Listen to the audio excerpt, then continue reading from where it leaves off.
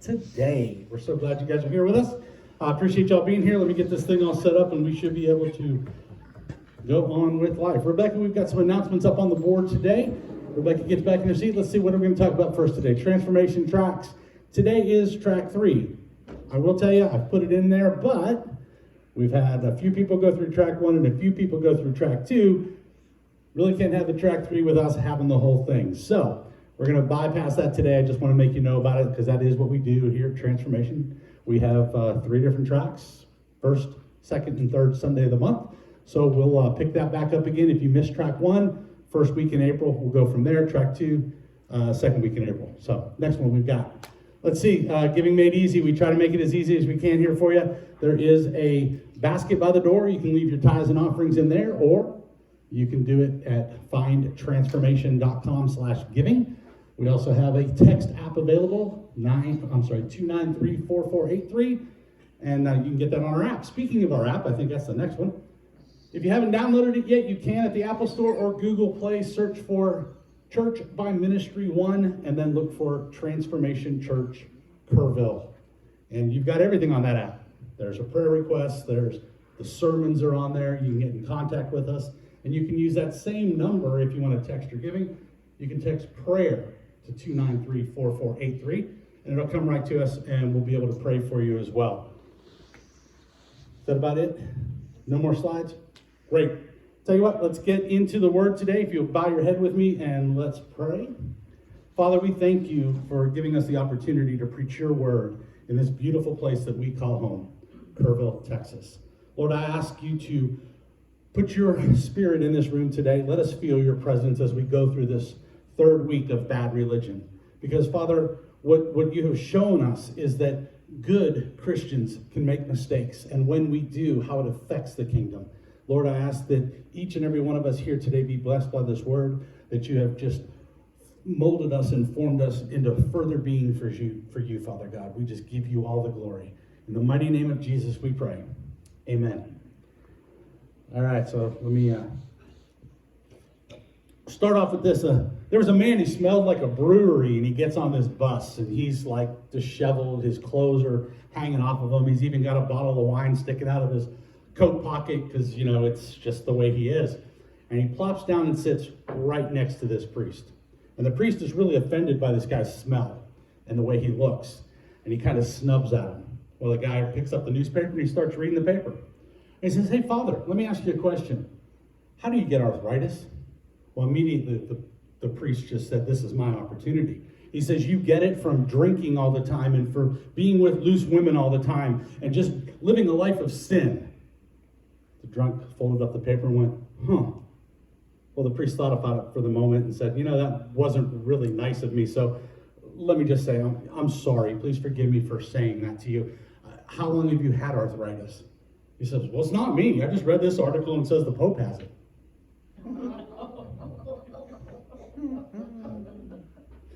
All right, week 3, bad religion. When good Christianity goes wrong. We have to remember that bad religion comes in many shapes and forms. In this third segment, we have one more to go, so we have 4. We're going to look at what Jesus said and what he thought of all the laws that the Jewish leaders had put into place. Our scripture for this week is going to be Luke 11:37 through 12:3. So if you want to read that with me.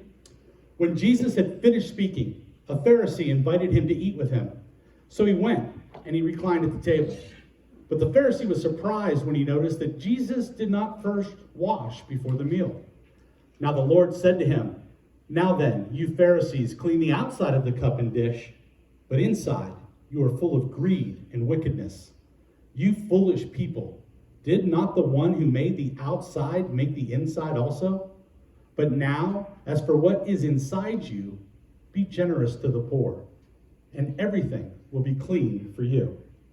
Woe to you, Pharisees, because you give God 1/10 of your mint, rue, and all other kinds of garden herbs, but you neglect justice and the love of God. You should have practiced the latter without leaving the former undone. Woe to you, Pharisees, because you love the most important seats in the synagogues and respectful greetings in the marketplaces. Woe to you, because you are like unmarked graves, which people walk over without knowing it. One of the experts of the law answered him, "Teacher, when you say these things, you insult us also." Jesus replied, "And you, experts of the law, woe to you, because you load people down with burdens that they can hardly carry, and you yourselves will not lift one finger to help them. Woe to you, because you built tombs for the prophets, and it was your ancestors who killed them. So you testify that you approve of what your ancestors did. They killed the prophets, and you build their tombs. Because of this, God in his wisdom said, I will send them prophets and apostles, some of whom they will kill, and others they will persecute. Therefore, this generation will be held responsible for the blood of all the prophets that has been shed since the beginning of the world, from the blood of Abel to the blood of Zechariah, who was killed between the altar and the sanctuary. Yes, I tell you, this generation will be held responsible for it all. Woe to you, experts of the law, because you have taken away the key to knowledge. You yourselves have not entered, and you have hindered those who were entering. When Jesus went outside, the Pharisees and the teachers of the law began to oppose him fiercely and to besiege him with questions, waiting to catch him in something that he might say. Chapter 12 continues. Meanwhile, when a crowd of many thousands had gathered, I guess that's the first megachurch, so that they were trampling on one another, Jesus began to speak to his disciples, saying, Be on your guard against the yeast of the Pharisees, which is hypocrisy. There is nothing concealed that will not be disclosed, or hidden that will not be made known. What you have said in the dark will be heard in the daylight, and what you have whispered in the ear in the inner rooms will be proclaimed from the roofs. Here we see that Jesus confronts the religious leaders about their hypocrisy. In an effort to appear outwardly pure, they were keeping people from the truth of the gospel. And there are three things that I want you to learn today. Number one is why you should not dilute the gospel. Number two is why you need to stop trying to appear perfect. And number three, why you need God's work in your life. Let's break down the text. First section, Luke 11:37 through 41. Again, Jesus finished speaking to the Pharisees. He was talking to them, and he was invited to their house, to one of their houses for lunch. And basically, scriptures tell us that midday meal was one of the bigger meals. It's just what they did. When he got there, we are assuming by the text that it was already laid out on the table. That's why Jesus immediately went and reclined. However, what we're looking at is here, the Pharisees and the lawyers did not like that he did not first wash his hands. In this case, the New Testament commentaries by Leon Morris, he wrote that his not washing his hands had nothing to do with hygiene, but it was a rule made in the interest of ceremonial purity. Before eating anything, scrupulous Jews had water poured over their hands to remove the defilement contracted by their contact with a sinful world. Clearly, the Pharisees expected Jesus, as a noted religious leader, to conform to what they have set as law. But why would he? After all, after Jesus' death, did not the Apostle Paul write Romans? And in 12:2, does it not start, do not conform to the patterns of this world? I think that this episode that Paul learned might just be the reason he wrote that. Christ refused to conform to the world and its rules because those rules were not of God. The response that Jesus gave was the calling out of hypocrisy. The fact that they were more concerned with the outward appearances than their inward purity. Luke 11, verses 42 through 44. This is what Jesus starts out here. It's a series of woes. Basically, I don't want to call it a curse, because it's not a curse, But it's basically he's speaking to them and telling them that they're wrong, that they're bad. Woe to you. Woe to you. And he starts this, he's talking to the Pharisees and the lawyers. In the scripture, and every time you see something about a scribe, the chances are the scribe was actually a lawyer, someone who studied the law diligently, knew it inwards, backwards, forwards, and he was writing the law. So the Pharisees, and many of the Pharisees were also lawyers, they were scribes. So they were writing all these laws, creating burden for the people. What happens in Washington? We have a lot of laws that don't make sense. A lot of lawyers in Washington. Kind of like the Jewish leadership of that time. So, a woe is not merely a warning or a criticism, but it also expresses a sorrow and grief. They had taken God's good practices, like joyful giving, and they made them burdensome with trivial rules. Meanwhile, they neglected justice and the love of God. We see that in verse 42. Instead of humble leadership, they sought public praise and high social standings. Verse 43. The Pharisees, who thought so highly of themselves, were actually leading people away from God instead of towards God. Verses 45 and 46 talks about the lawyers again. And these lawyers who diligently studied the Old Testament law were very religious, and many of them were also, again, Pharisees. Jesus had some harsh words for them. These leaders and scribes should have expounded God's law in such a way that it helped and inspired the people. Instead, it made them wearisome and burdened. Some rules that were put into place, like on the Sabbath. They say that a man may not carry a burden in his right hand or in his left hand, or in his bosom or on his shoulder, but he may carry it on the back of his hand, or with his foot, or with his mouth, or with his elbow, or with his ear, or in his hair, or in his wallet, as long as his wallet was carried in his mouth. Downwards, or between his wallet and his shirt, or in the hem of his shirt, or in his shoe, or in his sandal. Is anybody as confused as I am? How do you keep that? But that's what they did. Doesn't Jesus not say, "Come to me, those who are weary and burdened? He will give them peace." He knew that this just wasn't right. Verses 47 and 51.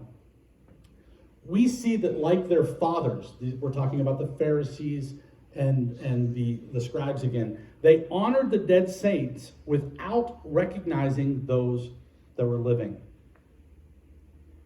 Jesus' final woe comes in verse 52, when he says, "Woe to you, experts in the law, because you have taken away the key to knowledge. You yourselves have not entered, and you have hindered those who were entering." You click it once, sorry. Here we are shown that they failed to teach the essentials of God's word. And instead, they muddied the message of salvation into something indiscernible. The larger community had no idea what was going on. They made this so much smaller than even themselves. If this were true today, we would say that they were not preaching the gospel.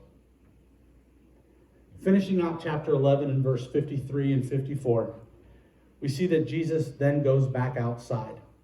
And these two verses are basically not saying anything new. We see this throughout the New Testament, where Jesus schools the Sadducees, the Pharisees, the scribes, because he knows the word. He is the word. He came from God as the word in flesh. He knows the law. And they constantly try to trick him and trap him into doing something that they can use against him. And this is no different. They go out and they barrage him even more with questions, hoping, just hoping, that he will mess up and they will have something that they can do against him. There is nothing that they can say that will trick Jesus. Finally, let's look at Luke 12, 1 through 3. Again, meanwhile, it says, while the crowd of many thousands. Can you imagine being the Messiah, being the person that you know God is giving you something to do, and you walk outside after having lunch, and there are thousands there waiting to hear what you have to say? They were in search. The laws didn't make sense. And they were looking for something better, something easier. And Jesus was the one they were turning to. He goes on specifically to tell his disciples to be on their guard against the yeast of the Pharisees. Yeast isn't always a good thing. It's good when you're making bread, but if it's in your system, it can cause problems. You've heard of yeast infections? They cause issues. Be on guard against the yeast of the Pharisees. But Jesus does one thing more. He calls it out and calls it what it is, which is hypocrisy. There is nothing concealed that will not be disclosed. So that means anything that they're trying to hide, any of these things that they're going on in the background, God will bring them to light. Anything they say in the dark will be found out. Anything they say in a whisper will be heard by many.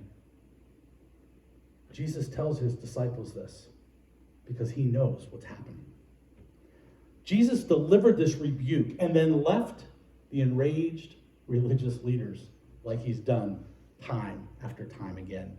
What followed, though, was a warning to the large group of people who weren't the religious elite, but had come to hear him.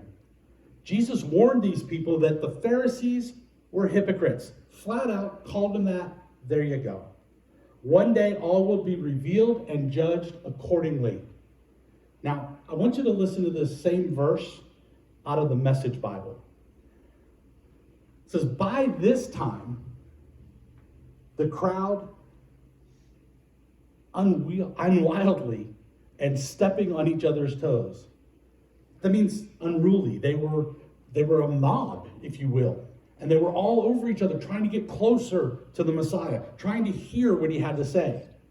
They numbered into the thousands. But Jesus' primary concern was not the crowd, but his disciples. He said to them, watch yourselves carefully so that you don't get contaminated with Pharisee yeast. Pharisee phoniness. Contaminated. That's pretty nasty, isn't it? Would you drink contaminated water? Probably not. He knew what they were. You can't keep your true self hidden forever. Before long, you'll be exposed. You can't hide behind a religious mask forever. Sooner or later, the mask will slip and your true face will be known. You can't whisper one thing in private and preach the opposite in public. The day's coming when those whispers will be repeated all over town. I think what he was talking about then is the same thing we as the church are dealing with today. The whole reason we're talking about bad religion. There's hypocrisy in the Christian church today, just as there was in the Jewish faith years ago. And it is our job, I believe, as those who preach the gospel, to bring it to light. See, bad religion makes rules, outward appearances, elitist theological intellectualism, big words, huh? And social standing. Makes all that more important than the gospel. What is supposed to be good news again becomes burdensome and complex. Certainly, the fullness of Christ and his word is beautifully nuanced, elaborately connected, and profoundly moving. However, the core message of God is simple. It's love God, love people. Growing in spiritual maturity is a long and continual process. It does not happen overnight. The path to salvation is short. It's that simple thing. Conviction, confession, repentance, and redemption through Jesus. That's the whole picture. See, Jesus strongly denounces the hypocrisy of the religious elite. Not because he thought they were able to be perfect. No one is. We all fail. But because their attempts at self-willed public perfection were keeping people from the truth of the gospel. Think about that for a minute. Have you ever been in a situation where you thought you had to act better than you really were? I think we all have. But that's what they did day in and day out. They were evil to the core, yet in public, they were prim and proper and perfect. You've all heard the story about, what goes on behind closed doors. That's where you truly are yourself. The house may look clean. What's the garage look like? Those are all things that have come into play over our own lives. In recent years, it has become apparent that too many who publicly present themselves as Bible-believing church leaders were secretly engaged in sin, most of which has been sexual abuses. Others who professed a call to holiness and faithfulness hid the sins of others that they knew about. That leads to more harm than any good could ever happen. After documenting a great deal of horrifying behavior by Christian leaders, renowned Christian media author Bob Dittmar wrote these words: "The advice for church leaders: don't be silent. Talk about sexual abuse in your classrooms and from the pulpit to draw a clear line in the sand between acceptable behavior and sin. And don't assume it can't happen in your church."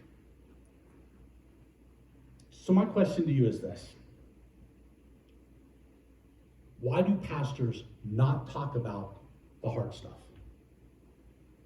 Most don't. In today's Christianity, why?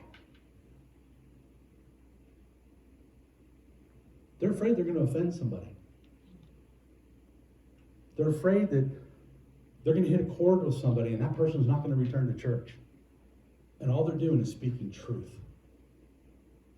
You can search this on the internet and you will find story after story after story about issues in the church. But I refer all this back to Romans 12:2. Do not conform. Remember, as a believer, this isn't our home. Why would we conform to the evil of this world when this isn't our home? We're not going to reside here forever. We will have a physical death, and upon that, a spiritual resurrection. But the church is polluted with this today. A user on social media, on the social media site Reddit, asked this question: what is harder than everyone thinks? There were lots of replies. Noteworthy replies included: I can't whistle loud with 2 fingers, blowing bubbles with gum, popping all the popcorn in the microwave without burning it, and crossing the monkey bars. These were things that people said were hard to do. Sounds like simple stuff, doesn't it? No one responded with the hard things. Like, I can't stop sinning. Or, I can't stop beating my wife. Or, I can't. Those things are hard. Yet crossing the monkey bars makes the list. I'll admit that practice can make perfect. So if you practice the monkey bars enough, you can get good at it and it's not hard anymore. It becomes easy. But we shouldn't pretend to know that we, as believers, know all the answers to the Christian walk. When we pretend we're perfect, we give a false picture to a watching world. Talked about that in week 1, about having a fish on your car and you cut somebody off, or wearing your scriptures on your shirt and you treat the person rudely. That's a bad witness. We act as though that following Christ makes everything just dandy. This is far from the truth. Life in Christ is challenging, but so rewarding.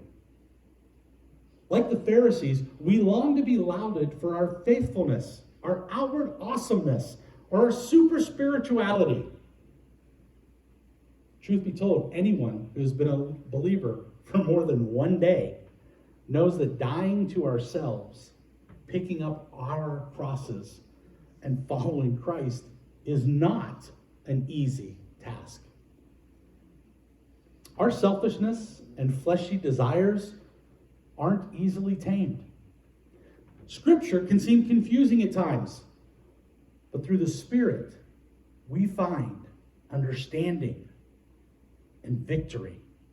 Through grace, we find hope. And in confessing our failures, and after receiving reconciliation with God, we become more Christ-like. We don't have to be perfect to show people the truth of God. If we were, there'd be no need for Him.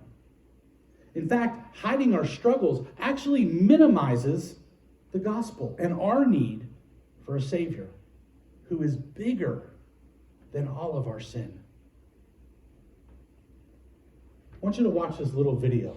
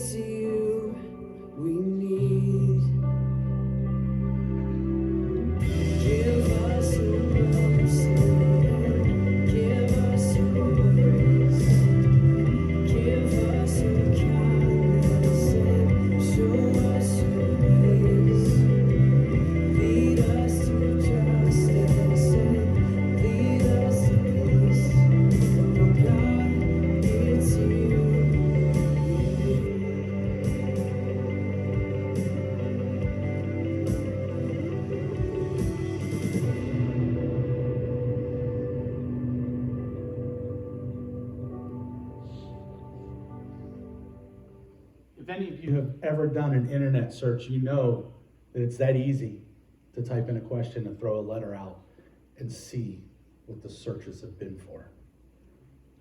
Did you see some of those? Why are Christians so angry, so cruel, so fake?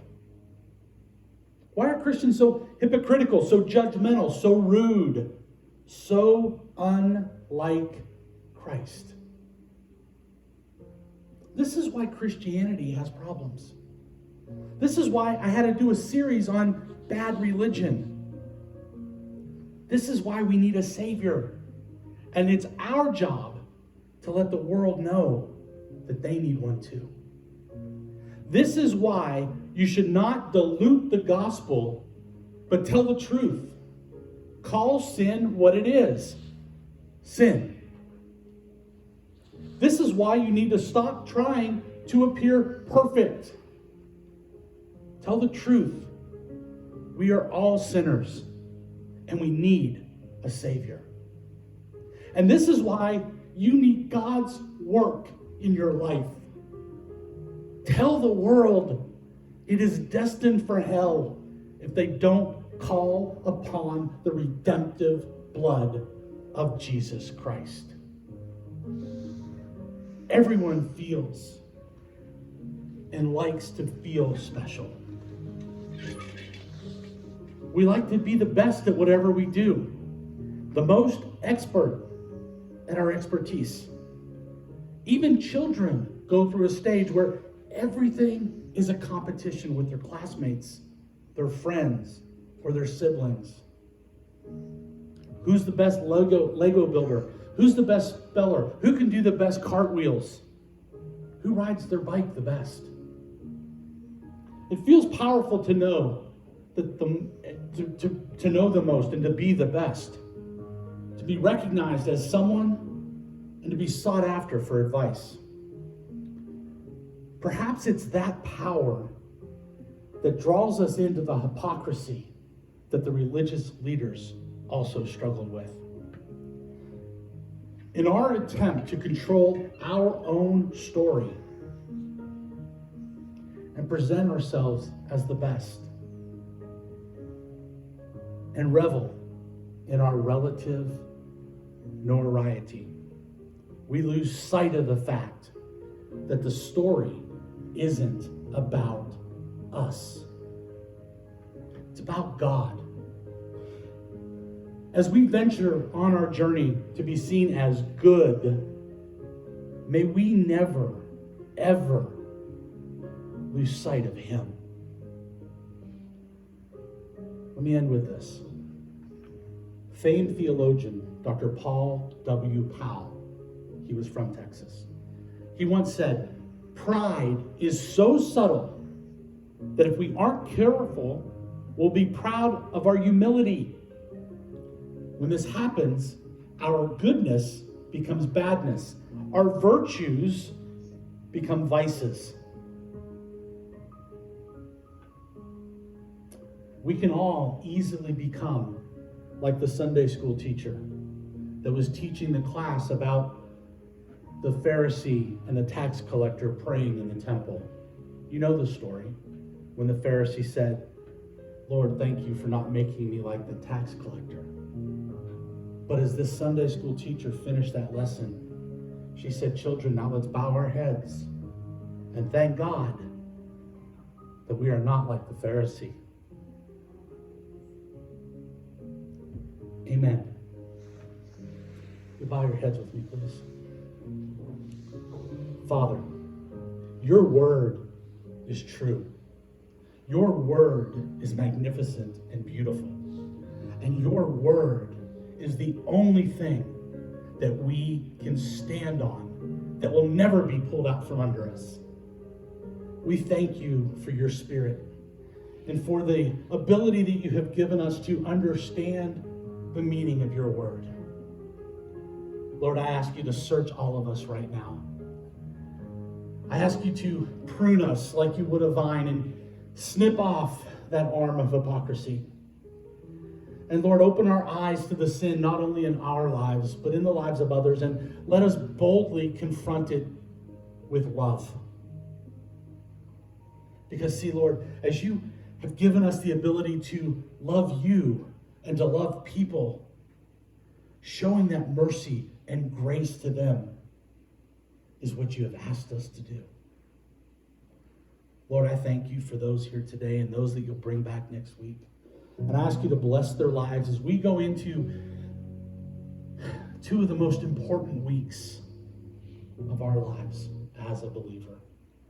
Your triumphant entry into Jerusalem, and then ultimately your Last Supper with the disciples. As we share in communion here today, Lord, let us be remorseful of our wrongs. Let us be repentant of them. And let us truly understand the reason for fellowship with you. In Jesus' name, amen. Before we get into the communion again, I have to ask that